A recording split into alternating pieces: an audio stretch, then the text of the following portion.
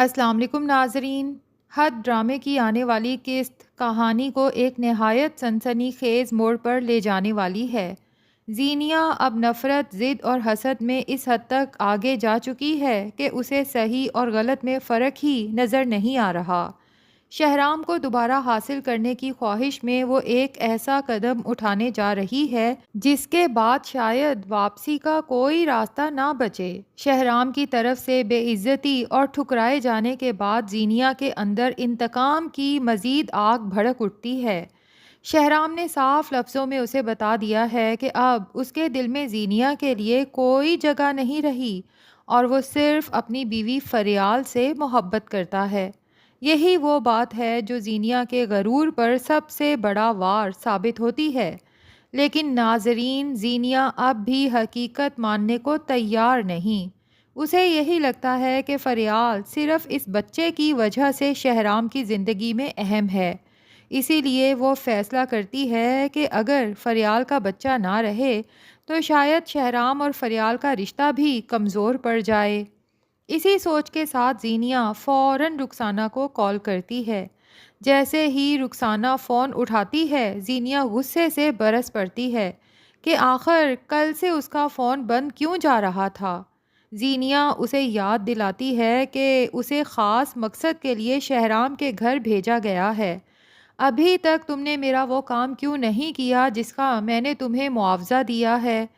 اب رخسانہ تو پریشان ہو جاتی ہے اور زینیا کو بتاتی ہے کہ میں نے تو بہت بار کوشش کی، لیکن فریال باجی کی قسمت اتنی اچھی ہے کہ جب بھی میں اسے نقصان پہنچانے کی کوشش کرتی ہوں تو میرا کام بنتے بنتے بگڑ جاتا ہے۔ اور تو اور اب تو گھر والوں کو اور خاص طور پر فریال باجی کو میرے اوپر شک بھی رہنے لگا ہے کہ آخر میں چھپ چھپ کے فون پر کس سے بات کرتی ہوں۔ اسی لیے میں نے کل اپنا فون بند کر دیا تھا، کیونکہ جب آپ کی دوبارہ کال آئی تو فریال باجی میرے سر پہ کھڑی تھیں۔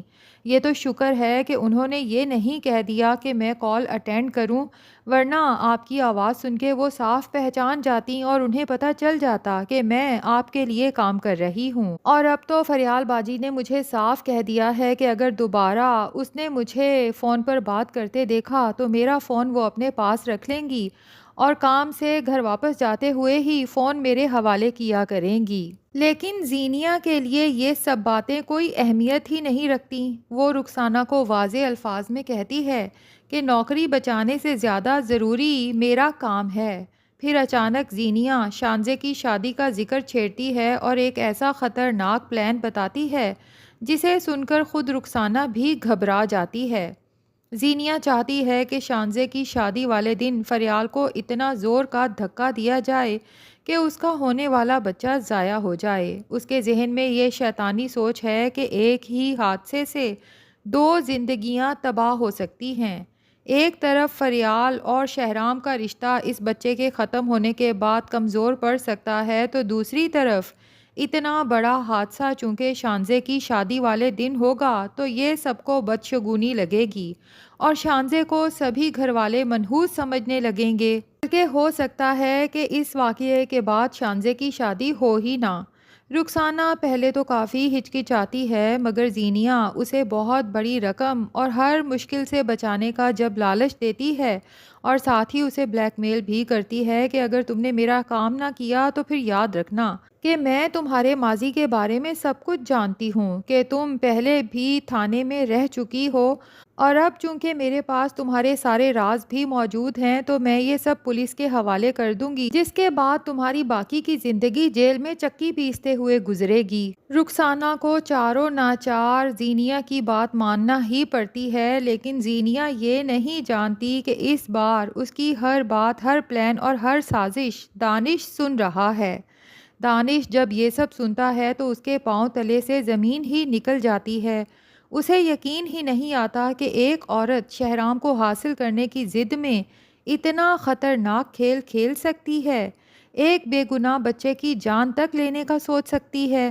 یہی وہ لمحہ ہے جہاں دانش فیصلہ کرتا ہے کہ اب وہ خاموش تماشائی نہیں بنے گا۔ اگرچہ پہلے اس نے شاید شادی میں نہ جانے کا سوچا تھا، لیکن اب وہ شانزے اور فیروز کی شادی میں ضرور شرکت کرے گا تاکہ فریال اور رخسانہ دونوں پر نظر رکھ سکے۔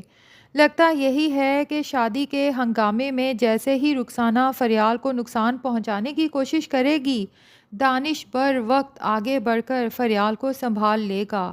یہی منظر پورے ڈرامے کا سب سے بڑا ٹرننگ پوائنٹ ثابت ہو سکتا ہے۔ شہرام اور پورا خاندان دانش کے شکر گزار ہوں گے، کیونکہ اگر وہ ایک لمحہ بھی دیر کر دیتا تو شاید بہت بڑا سانحہ پیش آ جاتا، اور ہو سکتا ہے اسی موقع پر دانش سب کے سامنے رخسانہ سے پوچھے کہ کیا تم سب کے سامنے بتانا پسند کرو گی کہ یہ سب تم کس کے حکم پر کر رہی تھی؟ شاید رخسانہ جھوٹ بولنے کی کوشش کرے، لیکن جب اسے پولیس کی دھمکی دی جائے گی تو وہ ایک ایک بات اگل دے گی کہ یہ سب وہ صرف زینیا کے کہنے پہ کر رہی تھی، بلکہ وہ تو اس گھر میں آئی ہی اسی مقصد کے تحت تھی کہ شہرام اور فریال کے ہونے والے بچے کو ختم کر سکے۔ یہیں سے زینیا کے راز ایک ایک کر کے کھلنا شروع ہوں گے، جبکہ زینیا ہمیشہ کی طرح خود کو بے قصور ظاہر کرنے کی کوشش کرے گی اور سارا الزام دانش پر ڈال دے گی کہ وہ جان بوجھ کر اسے بدنام کر رہا ہے، پتہ نہیں کس بات کا بدلہ لے رہا ہے۔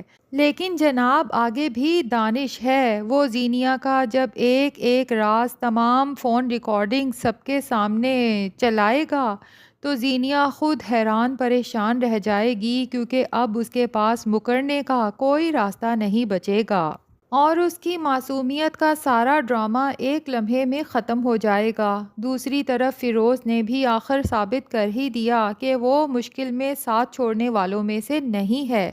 ایک بار وہ یہ غلطی کر چکا ہے اور فریال جیسی اچھی لڑکی کو اپنے ہاتھوں سے گنوا چکا ہے، لیکن دوبارہ یہی غلطی کر کے شانزے جیسی لڑکی کو اپنے ہاتھوں سے گنوانا نہیں چاہتا، کیونکہ وہ شانزے سے بے حد محبت کرتا ہے۔